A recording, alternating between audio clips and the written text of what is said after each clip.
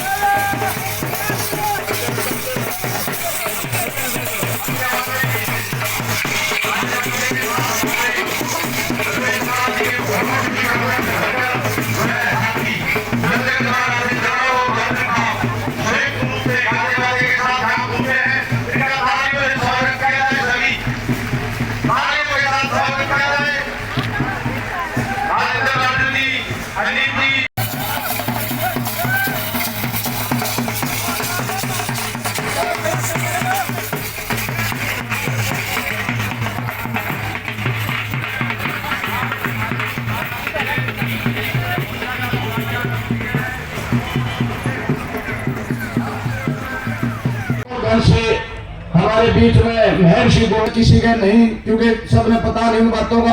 हमारे जो रविदास जी की जयंती है, संत जो हमारे समाज में बहुत बड़े हुए हैं, और एक महंत हुए, ये हमारे भगत हुए हैं, जिनका भगत के नाम से जाना रहा भगत फूल सिंह जी, जिनकी खबरा होगा कि जो कलानौर किले का काम किया था, वो डबरपुर को मुराद खान को मारा गया था, उस बहन का भी आज ही जन्मदिन है। संयोग से आज की जो ये पंचायत है, एक बहुत ही बढ़िया दिन के सफल जरूर होंगे। मैं आशीष सेठ के बलराम शर्मा जी बीच में आए, ताली बजा करके स्वागत करें। कल जी रात पर आज की सभा का अध्यक्ष मंडल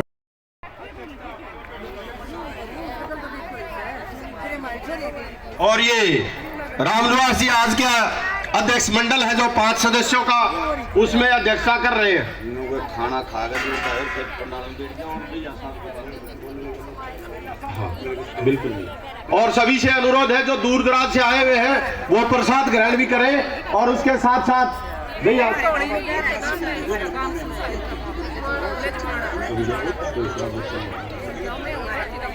साहब स्वागत करता हूं।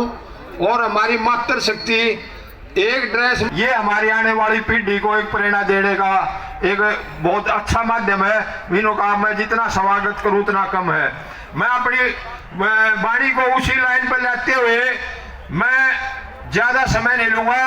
मैं ये जो जितनी भी 5 मैंने 2 साल हो गए का मतलब ये नहीं है कि मैं आज स्टेज पर आ गया और फोटो खिंचवा लिया, तड़का बैठ यहाँ प्रधान है बैठ। संसद इसलिए बुलाई कि जब देश की चुनी हुई संसद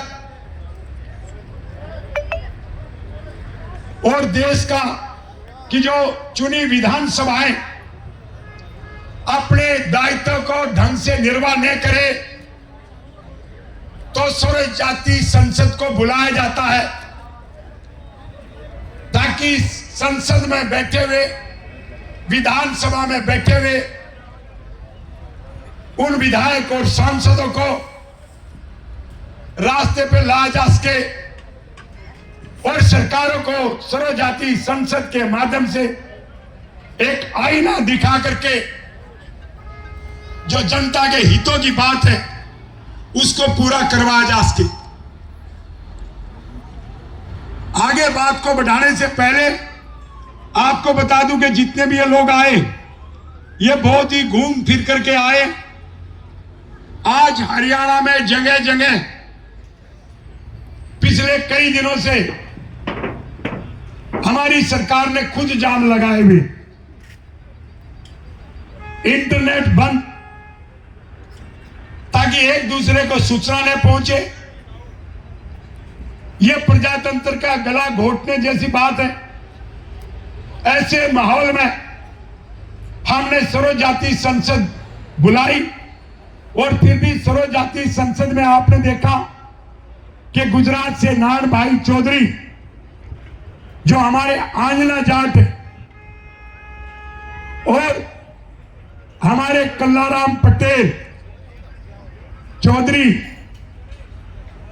जो राजस्थान का आखिरी सिरा सांचौर है और इनके दो दूसरे साथी आए हुए और कल्लाराम पटेल के परिवार से मैं समझता हूं शायद भाई होगा जो सांसद है। और अभी मैम चौबीसी से तुलसी भाई आ गए, वो स्टेज पे आ जाए। मैम चौबीसी के प्रधान और जो इनके परिवार से खुद सांसद है भतीजा, उसके बावजूद भी ये समाज का साथ देते हैं। परिवार की बात नहीं, देश की बात करते हैं। मैं चाहूंगा एक बार और कंवर सिंह जी अपने साथियों के साथ गवाना से आए, वो भी स्टेज पे आ जाए और हमारे पब्लिक वॉइस के हमारे पवित्र जी वो भी स्टेज पे आ जाए। प्रधानमंत्री को एक बात याद दिलाना चाहता हूं, जरा मीडिया ध्यान दे। मन की बात प्रोग्राम प्रधानमंत्री करते हैं 2014 दिसंबर में जमीन अधिकार कानून को बदलने की चेष्टा की गई। उस समय आपके हरियाणा के चौधरी बीरेंद्र सिंह उस महकमे के केंद्र में मंत्री थे। छोटू राम के नाती से वो पाप करवाने की कोशिश की गई और उसमें एक अध्यादेश आया और जमीन अधिग्रहण के कानून में जो 4 बातें थी, नंबर 1 बाजार मूल्य, डीसी रेट पे नहीं, जमीन अधिग्रहण होगा बाजार मूल्य, और 4 गुना मुआवजा और नौकरी का प्रावधान। ये सब उसमें जो प्रावधान थे और एक केवट में ये नहीं कि एक कोई मिलेगी, उसमें जितने भी बेरोजगार थे उन सबको नौकरी का प्रावधान। तो जब नरेंद्र मोदी जी संसद में बिल लेकर के आए, देश में बॉर्डर से बड़ा आंदोलन चला, पूरे देश में लोग खड़े हो गए, तो मोदी जी को पीछे हटना पड़ा और उसी संदर्भ में कल्लाराम पटेल जी से मन की बात की। और मैं वीडियो निकाल लेना प्रधानमंत्री मोदी का और हमारे कल्लाराम पटेल से कहते हैं कि नहीं, मैं तो जमीन अधिग्रहण में और सुधार करूंगा। भैया धुआं क्यों हो रहा है, इसको देखना जरा, धुआं उसका है, इसको थोड़ा। प्रधानमंत्री ने कहा कि मैं 4 गुना ही दूंगा मुआवजा और जो जमीन में गरीब लोग अपनी दिहाड़ी मजदूरी करता है, मालिक नहीं, जो खेती का मजदूर है उसको भी नौकरी दूंगा और जमीन वाले को तो नौकरी दूंगा। यह हमारे पास रिकॉर्ड है। किसने कहा? देश के प्रधानमंत्री नरेंद्र मोदी ने। लेकिन क्या किया?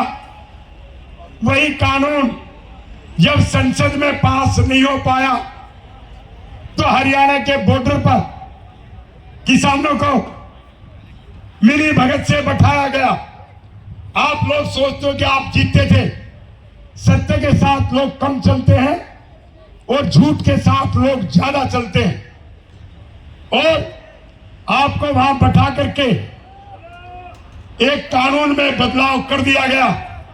हरियाणा विधानसभा में कानून बना जिसमें बाजार मूल्य, नौकरी का प्रावधान, ये 4 गुने जो मुआवजे थे, कोई भी बिंदु नहीं आया।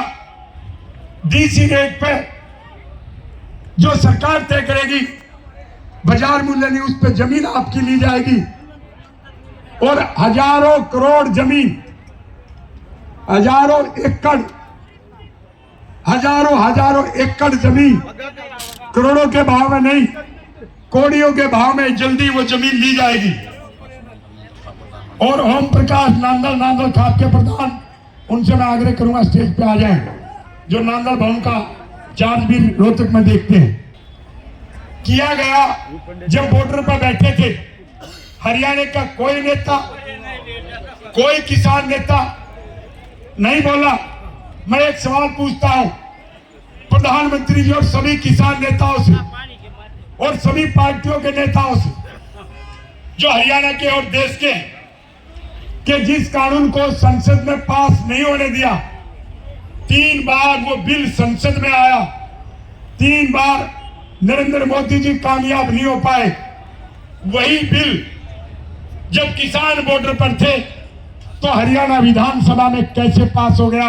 यदि किसानों के साथ षड्यंत्र नहीं है, आंदोलन की मिलीभगत नहीं है, तो इससे बड़ा प्रमाण इस दुनिया में किसी को देखने को नहीं मिलेगा। ये बात झूठ हो, कोई किसान नेता, कोई विधायक, कोई अधिकारी उस बात को गलत सिद्ध करेगा तो मैं अपनी पूरी जमीन, पूरी जायदाद उस व्यक्ति के नाम लिखने के लिए इस पंचायत में घोषणा करता हूं। रोज क्या कहेंगे, वो ठीक कर रहे हैं, वो गलत कर रहे हैं, तुम्हें पता ही नहीं लग रहा क्या ठीक हो रहा क्या गलत हो रहा। रोज रोज तुम्हारे साथ ठगी होती है, हर रोज आप गलत काम के लिए आपको प्रयोग किया जाता है और आप किसी को गाड़ी निकाल करके खुश हो जाते हैं। वो गाड़ियां निकलवाता है अपनी वोट बढ़ाने के लिए, वो गाड़ियां निकलवाता है चुनाव जीतने के लिए, और आप उसका शिकार हो जाते हो। ये जमीन अधिग्रहण, उस कानून में संशोधन हो। अभी हमारी बहादुर की, खरखोदा की, सोनीपत की और ये पूरी जमीन झज्जर की जाएगी, एनसीआर की। हम इसको कौड़ियों के भाव में नहीं जाने देंगे। जो रोड है हरियाणा के 152 और अमृतसर कटरा एक्सप्रेसवे, उनके दोनों तरफ जो नया कानून विधानसभा में पड़ा है, 2 किलोमीटर इधर 2 किलोमीटर इधर वो जमीन जाएगी, 4 किलोमीटर की पट्टी। हम उस जमीन का अधिग्रहण जब तक इनका समाधान नहीं हो जाता, हमारे को उचित मुआवजा 4 गुना बाजार मूल्य और नौकरी का प्रबंध नहीं हो जाता, तब तक रमेश दलाल की लाश के ऊपर से जमीन अधिग्रहण हो सकता है। रमेश दलाल वो जमीन अधिग्रहण होने नहीं देगा। इसलिए एक तरफ पांडवों की तरह अर्जुन के रूप में आपका भाई और बेटा लड़ रहा है, और दूसरी तरफ सारी शक्तियां सत्तारूढ़ पार्टी और विपक्ष में बटी हुई है। कोई कहते हैं हमें विपक्ष की सरकार बनानी है, कोई कहता है कि हमें भाजपा की सरकार बनानी है, और तुम डुगडुगी बन के आपको बजाया जा रहा है। आपको समझ में भी नहीं आ रहा कि मामला क्या है, क्योंकि समझना चाहते भी नहीं हो। ये बार बार हमने आपको समझाया। हमें जमीन अधिग्रहण के मुद्दे को छोड़ करके मैं जाट आरक्षण के मुद्दे पर आता हूं। जाट आरक्षण क्यों चाहिए?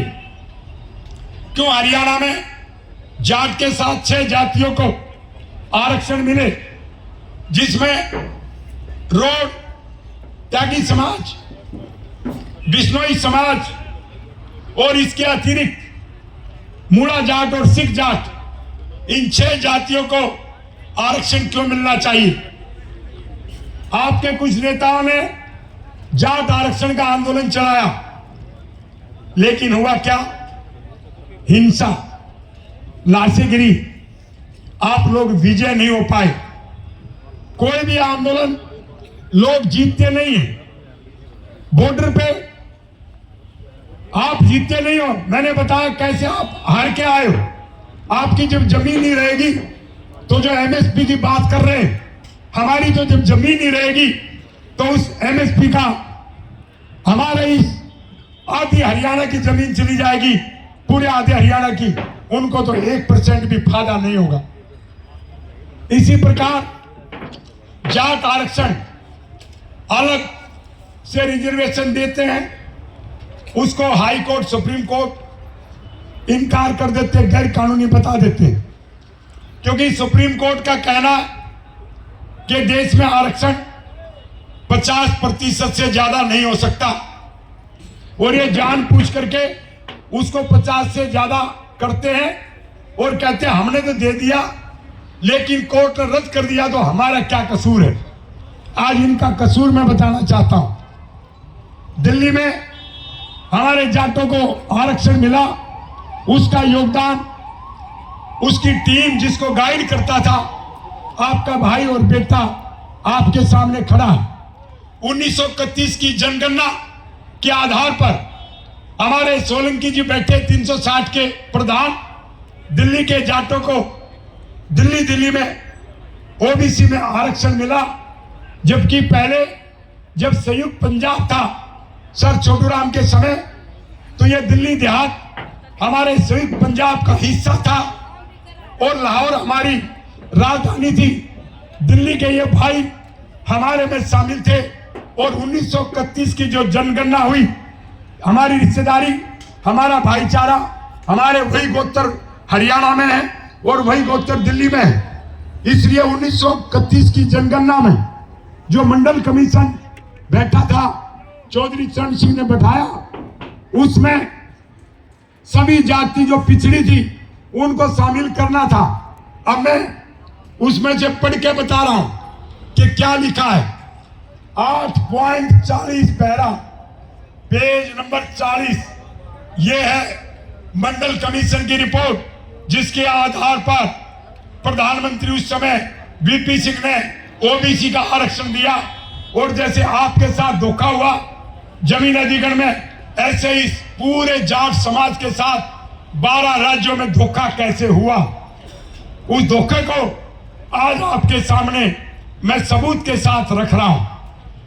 वो जो मंडल कमीशन था, मंडल कमीशन ने अपनी रिपोर्ट में क्या लिखता है, मैं उसकी हिंदी करके बता रहा हूं, इसमें अंग्रेजी में, कि जितने भी बैकवर्ड क्लासेस के फ्रंट है, जो कृषक जातियां हैं, उसमें यादव, कुर्मी, कोयरी, जाट, 4 जातियों को मेंशन किया है। यादव, कुर्मी, कोयरी और जाट। यादव को तुम जानते हैं, कुर्मी नीतीश कुमार बिहार का मुख्यमंत्री है और जो बीजेपी में साझेदार है वो पटेल, हमारी बेटी बहन मंत्री, वो कुर्मी जाति से है। और कोयरी भी एक हमारी तरह कृषक जाति है अपने उत्तरी भारत में। तो इन 4 जातियों के बारे में कहा गया कि इनका आपस में भाईचारा है और हाई डिग्री, इंग्लिश में लिखा हुआ है, high degree of affinity among themselves, इनमें गहरा आपस में रिश्ता है। कई जगह तो हमारी आपस में रिश्तेदारियां हुई है। इन जातियों में हमारी रिश्तेदारी हुई है और भाईचारा है। और इसमें लिखा कि ये ओबीसी का ग्रुप है और ये ओबीसी या स्टूल कास्ट में इनको नहीं डाला गया। इनको ओबीसी और स्टूल कास्ट में इन 4 जातियों को डाला जाए। 3 जातियों को डाल दिया, 3 जातियों को ओबीसी में डाल दिया। जो हमारे भाई थे अकेले जाट को छोड़ दिया। सिफारिश 4 जातियों की, जो कृषक जाति थी, ये जाट को क्यों छोड़ा भाई? इसलिए छोड़ा, उससे पहले एक दूसरा पैरा बताता हूं। 9.25 उसमें फिर लिखा हुआ है, उसमें फिर लिखा हुआ है कि ये जो हायर एंड जाट्स ऑफ हरियाणा, हायरों को मिल गया, जिनको यादव को हायर बोलते हैं, हायर एंड जाट्स ऑफ हरियाणा, वो एक है, एक जैसा स्तर हमारे यादव को, और उनको हायर भी बोलते हैं, उनको तो आरक्षण दे दिया। और ये 9.25 पैरा कह रहा है कि हम और वो बराबर है। और हमारी भी सिफारिश की 1980 में, कितने पहले, तो हमें आरक्षण क्यों नहीं मिला। उसके बाद इसी प्रकार से हम इसके दूसरे पेज पलटे तो इसमें फिर वही बात जगह जगह लिखी हुई है, लेकिन पेज नंबर 293 पे ये फिर लिखा हुआ है और क्यों हमें आपस में बांटा। उन्होंने कहा यादव, कुर्मी, कोयरी, जाट उनमें इतना गहरा रिश्ता है कि वो अजगर का रूप है। हाइर, जाट, गुज्जर, अजगर, वो अजगर है, वो सबको खा जाता है। इसलिए अजगर को मारने के लिए जो अजगर का मुंह था, जो इंजन था, वो जाट जाती थी अजगर को मारने के लिए। आपको जाट को आरक्षण नहीं दिया, उसके बाद अजगर खत्म हो गया और आरएसएस नाम का अजगर देश में पैदा हो गया। ये अरे भाई शोर बंद करने के लिए, क्योंकि अजगर चौधरी चरण सिंह ने जो पैदा किया था उसको खत्म करने के लिए बाकी जो हमारे भाई थे, जो कृषक जातियां थी, उनको आरक्षण दे दिया और जाट को अकेले को छोड़ दिया ताकि आपस में लड़े और अजगर खत्म हो जाए। आज लालू प्रसाद यादव और मुलायम सिंह यादव का बेटा हमारे बिना मुख्यमंत्री नहीं बन सकते। इस प्रकार से जाट भी बिना उन भाइयों की मदद के आज के दिन मुख्यमंत्री नहीं बन सकते। अजगर को मार करके दफन कर दिया गया और एक आरएसएस नाम की संस्था ने देश पर कब्जा कर। ये आज आपके सामने सबूत के साथ मैंने रखे हैं। ये मैं नहीं कह रहा हूं, ये अजगर भी लिखा हुआ है मंडल कमीशन के पेज नंबर 293 पे। ये आपके सामने पेज नंबर जिसके आधार पर सरकारों ने ओबीसी को आरक्षण दिया, रमेश दलाल आपको वो सबूत आज इस सर्वजाति संसद में रख रहा है। इसलिए 12 राज्य के जाटों को कहां बिहार, उत्तर प्रदेश, उत्तराखंड, जम्मू कश्मीर, हिमाचल, पंजाब, हरियाणा, दिल्ली, राजस्थान, गुजरात, छत्तीसगढ़, मध्य प्रदेश, इन 12 राज्यों के जाटों को केंद्र की ओबीसी सूची में डाला जाए। क्योंकि हम आज नहीं मांग रहे, हमारी सिफारिश उस मंडल कमीशन ने की थी जिसको आपने देश में लागू किया, जो 27% आरक्षण दिया, उसमें शामिल हो गए तो कोई सुप्रीम कोर्ट तोड़ नहीं सकता। उससे बाहर आपको यदि आरक्षण मिलता रहेगा तो कभी भी आप कामयाब नहीं होंगे। हमने एक सर्वे करवाया कि आरक्षण नहीं मिलने से क्या नुकसान हुआ जाट समाज को और 6 बिरादरियों को। आज जाट समाज के 38% युवा बच्चों की शादियां नहीं हुई। शादी किस बात पर होती है? या तो जमीन ज्यादा हो या सरकारी नौकरी। जमीन बची नहीं और सरकारी नौकरी मिली नहीं, इसलिए आपके बच्चों की जब शादियां नहीं हो रही तो ये अजगर जिसकी लाश पड़ी थी उस लाश को भी धीरे धीरे दफन कर दिया जाएगा। आज इस सर्वजाति संसद में ये इतिहास के पन्नों पर दर्ज होगा कि रमेश दलाल ने आपको आगाह किया था यदि जाट आरक्षण नहीं ले सकते तो आपकी आने वाली पीढ़ियां आपको और हमें माफ नहीं करेगी। ये सबूत के साथ आज हमने रखा। तीसरा मुद्दा है सर्वजाति संसद में समगोत्र विवाह का। समगोत्र का मतलब है खुद का गोद, मां का गोद और दादी का गोद। 3 गोद छोड़ करके हम रिश्ता करते हैं। तो तीनों गोत्र में कोई शादी करता है तो बहन भाई की शादी, और विज्ञान कहती है उससे बच्चे दुबले पतले पैदा होते हैं और जल्दी मरते हैं। यह वैज्ञानिक सबूत है। उसके बावजूद क्या कह रहे कि 4-5 पीढ़ी पहले अपना देश का कानून कहता है जो एक ही परिवार से थे, एक दादा के औलाद थे, वो आपस में बच्चे शादी करेंगे तो उनको कानूनी रूप से कोई दिक्कत नहीं है। जब बच्चों को पता लगा 1940 में यह कानून पहली बार बना, देश की आजादी से 1 साल पहले, जब देश को आजादी मिली उससे पहले समगोत्र विवाह को आपके पूरे देश में विशेष तौर पर संयुक्त पंजाब उसमें खोल दिया था। लेकिन मैं कहूंगा हमारे सरोखाप के बड़े बड़े हमारे प्रधान बैठे, हमारे प्रधान जिनको खापों को मैं भगवान मानता हूं, ये भगवान पता नहीं कहां सोया रहता है। आजादी से पहले ये कानून बन गया 1940 को, आज कितने साल हो गए? 44 साल। तो 44 क्यों, 56 साल तो हमारे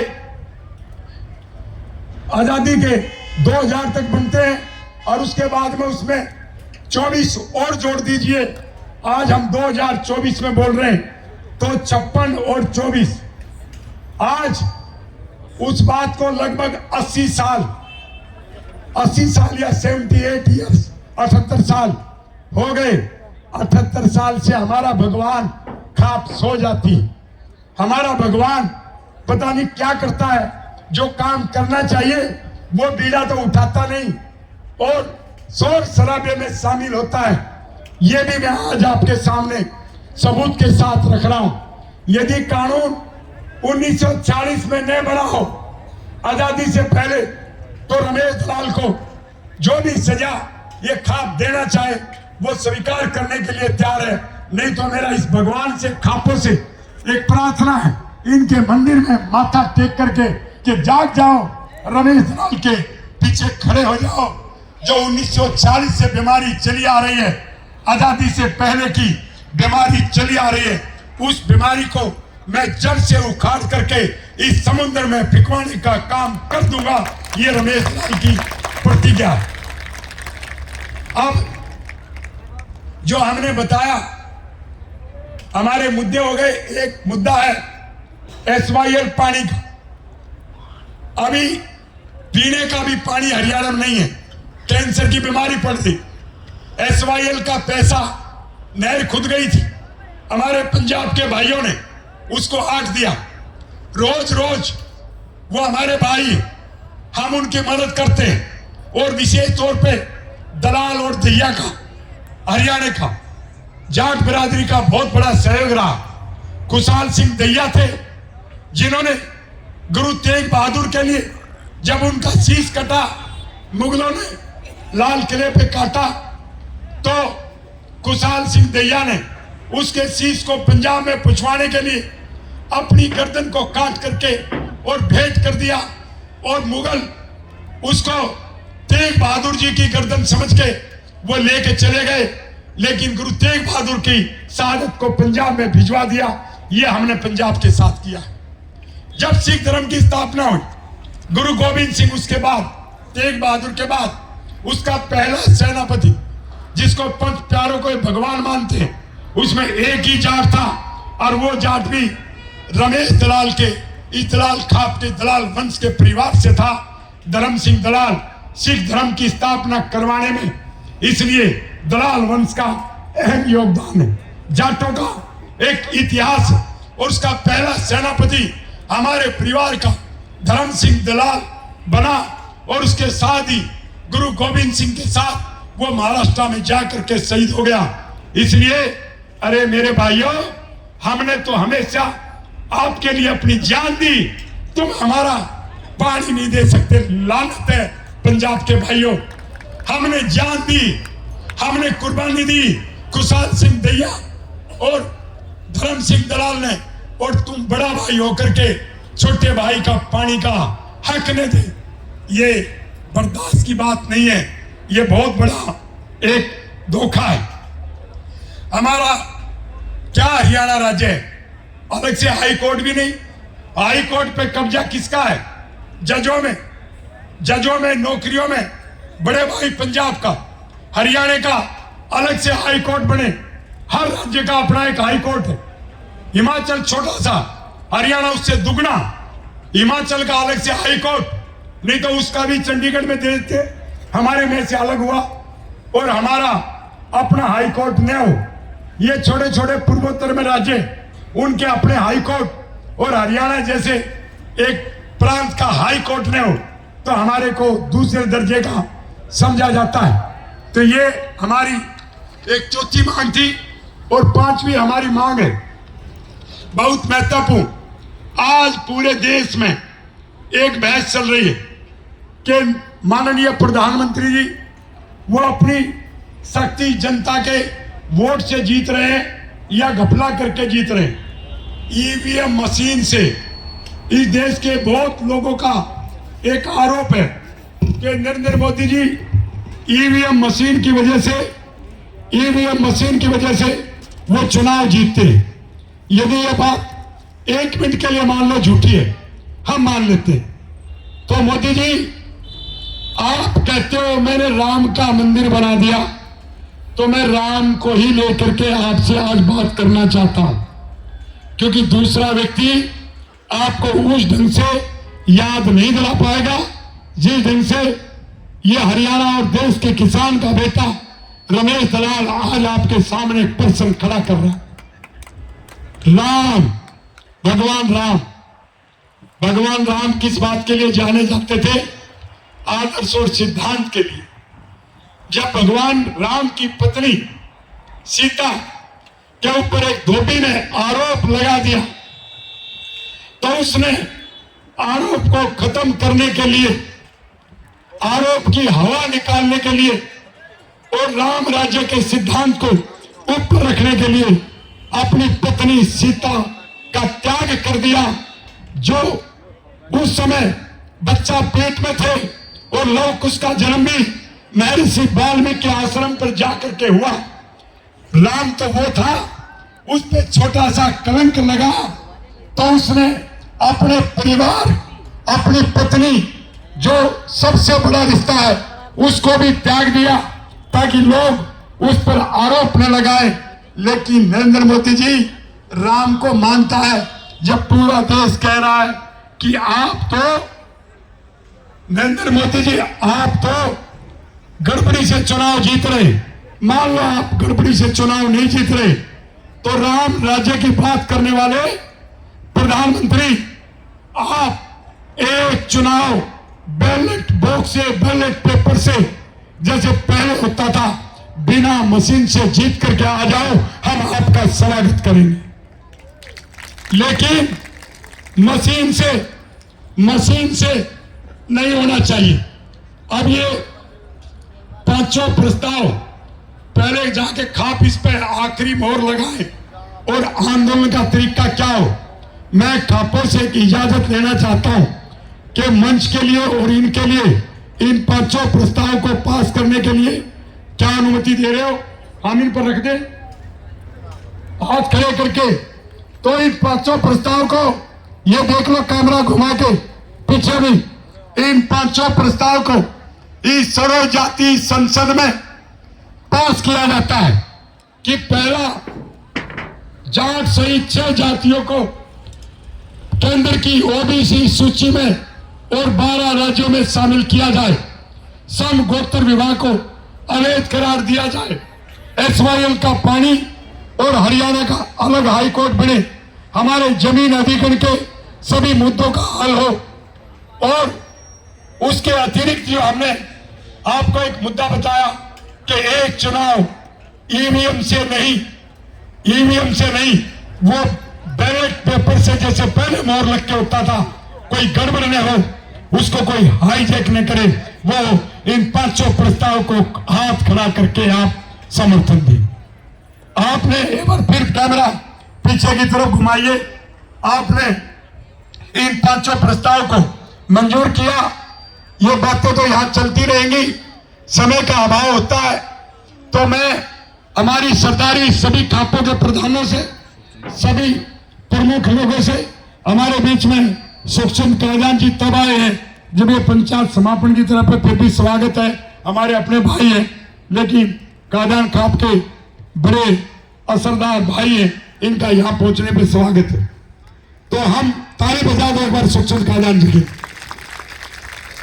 अब मैं आपसे प्रार्थना करूंगा मंच को चलाते रहें और आप लोग एक बार जो प्रमुख लोग हैं खापों के और आज के जो पांचों प्रधान जो संयुक्त रूप से अध्यक्षता किए, जो दूसरे समाज के ब्राह्मण, दलित समाज, वाल्मीकि समाज, सैनी समाज और सैन समाज, उन पांचों प्रधान और सभी एक बार पीछे की तरफ आ जाओ ताकि हमारे आंदोलन को किस ढंग से चला जा सके।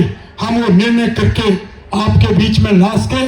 प्रस्ताव तो पास कर दिए, लेकिन आंदोलन कैसे चले और सरकार से कैसे मनवाएं, इस बात के लिए एक बार आपको अब पीछे इकट्ठे होकर के अपना विचार दे करके उस काम को पूरा करना है। तो एक बार आप आइए, हम पीछे की तरफ चलते।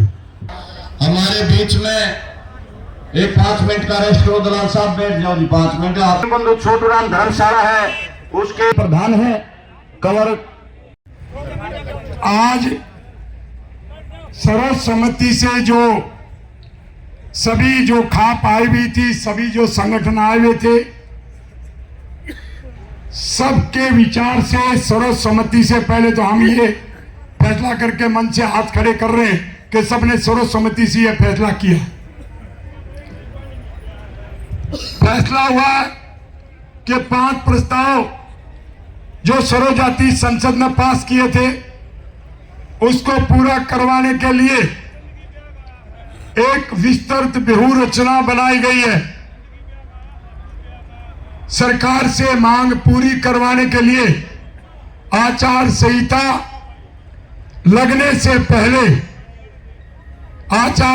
लगने से पहले वो मांग हमारी पूरी होनी चाहिए। उसमें हमने तरीका बनाया है कि आपका भाई और रमेश दलाल इसको अधिकृत किया है कि वो 1 मार्च से इसी केएमपी पर आमरण अनशन सत्याग्रह करेगा। जब तक आपकी ये मांगे पूरी नहीं हो जाती, सरकार नहीं मान लेती, आचार संहिता से पहले आप नहीं जीत जाते, तब तक वो आमरण अनशन जारी रहेगा। जान भले ही चली जाए, बीच में कोई भी मुझे उठाने का काम नहीं करेगा और कोई अनशन में नहीं बैठेगा। मुझे समर्थन देके हौसला बढ़ाएंगे।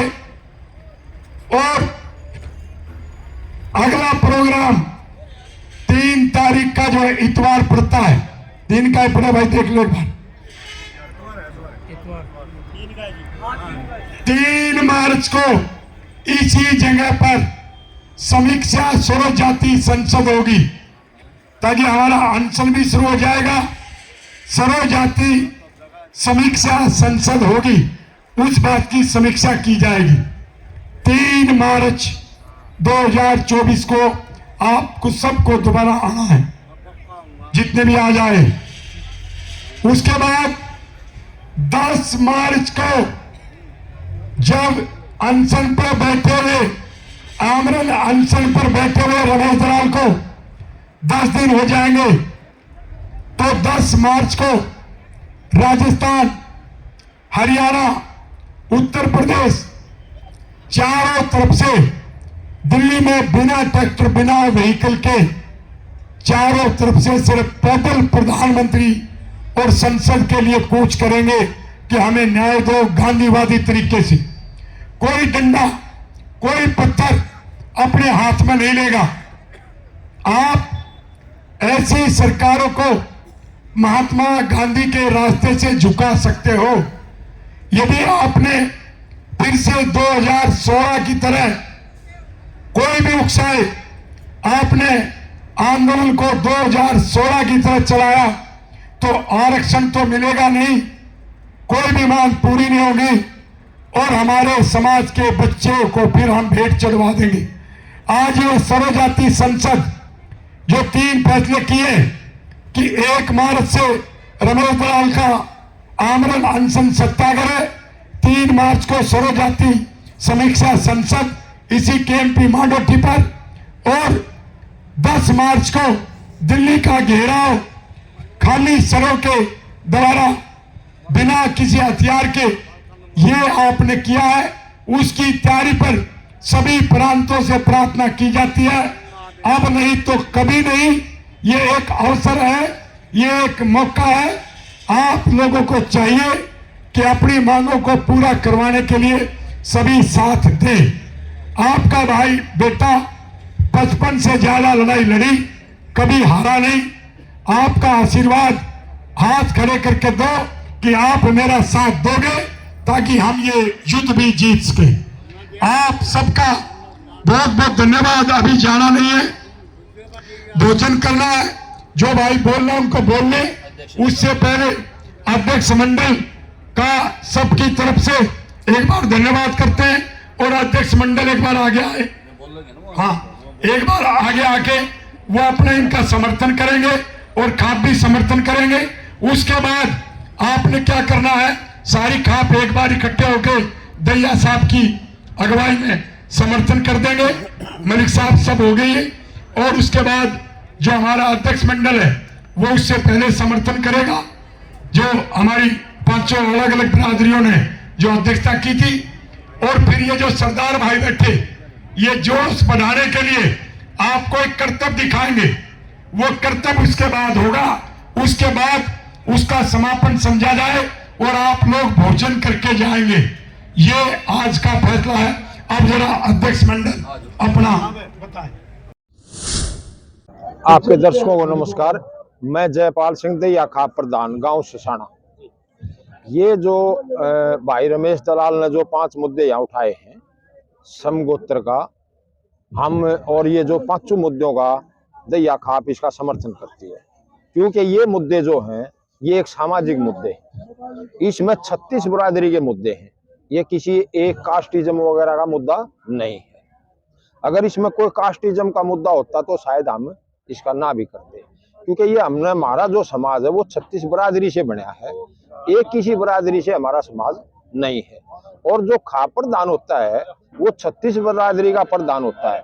हमारे दैया खाप में एक परंपरा है कि जो प्रधान दैया का चुना जाएगा वो 36 बरादरी की कम्युनिटी इकट्ठी होकर के चौतरे पर जो है ना उसका प्रधान चुनती है। इसलिए ये समाज के मुद्दे हैं, इसलिए हम इसका समर्थन करती है दैया खाप। मेरा नाम भाई ओम प्रकाश है और मैं नांदल खाप का प्रधान हूँ। आज के जो फैसले हैं ये किसी के निजी हित में नहीं है, ये सारे समाज के लिए हैं। और इसमें कोई जाट का ही जैसे बार बार करते रहते हैं, इसमें जाटों का कोई वो नहीं है, ये सारी जातियों के लिए है। और ये जो करेंगे तो इसका भविष्य में जो आएगा, इसका जो नतीजा देखेगा, समाज में एकता रहेगी, प्रेम बढ़ेगा। और जो हम आपस में जो हमारा आपस में जो बिटनेस है आजकल, एक दूसरे को जो हम देखकर राजी नहीं है, उसका भी खात्मा होगा और इससे देश और समाज आगे तरक्की करेगा। मैं देशवाड़ खाप से हूँ, संजय देशवाड़ नाम है मेरा, लाडोत गांव है। और जो ये आज के मुद्दे थे, सबसे अहम जो मुद्दा था समगोत्र का, ये हमारे समाज के लिए बहुत बड़ा, आज के दिन देखे तो इससे बड़ा कोई भी नुकसानदायक नहीं है।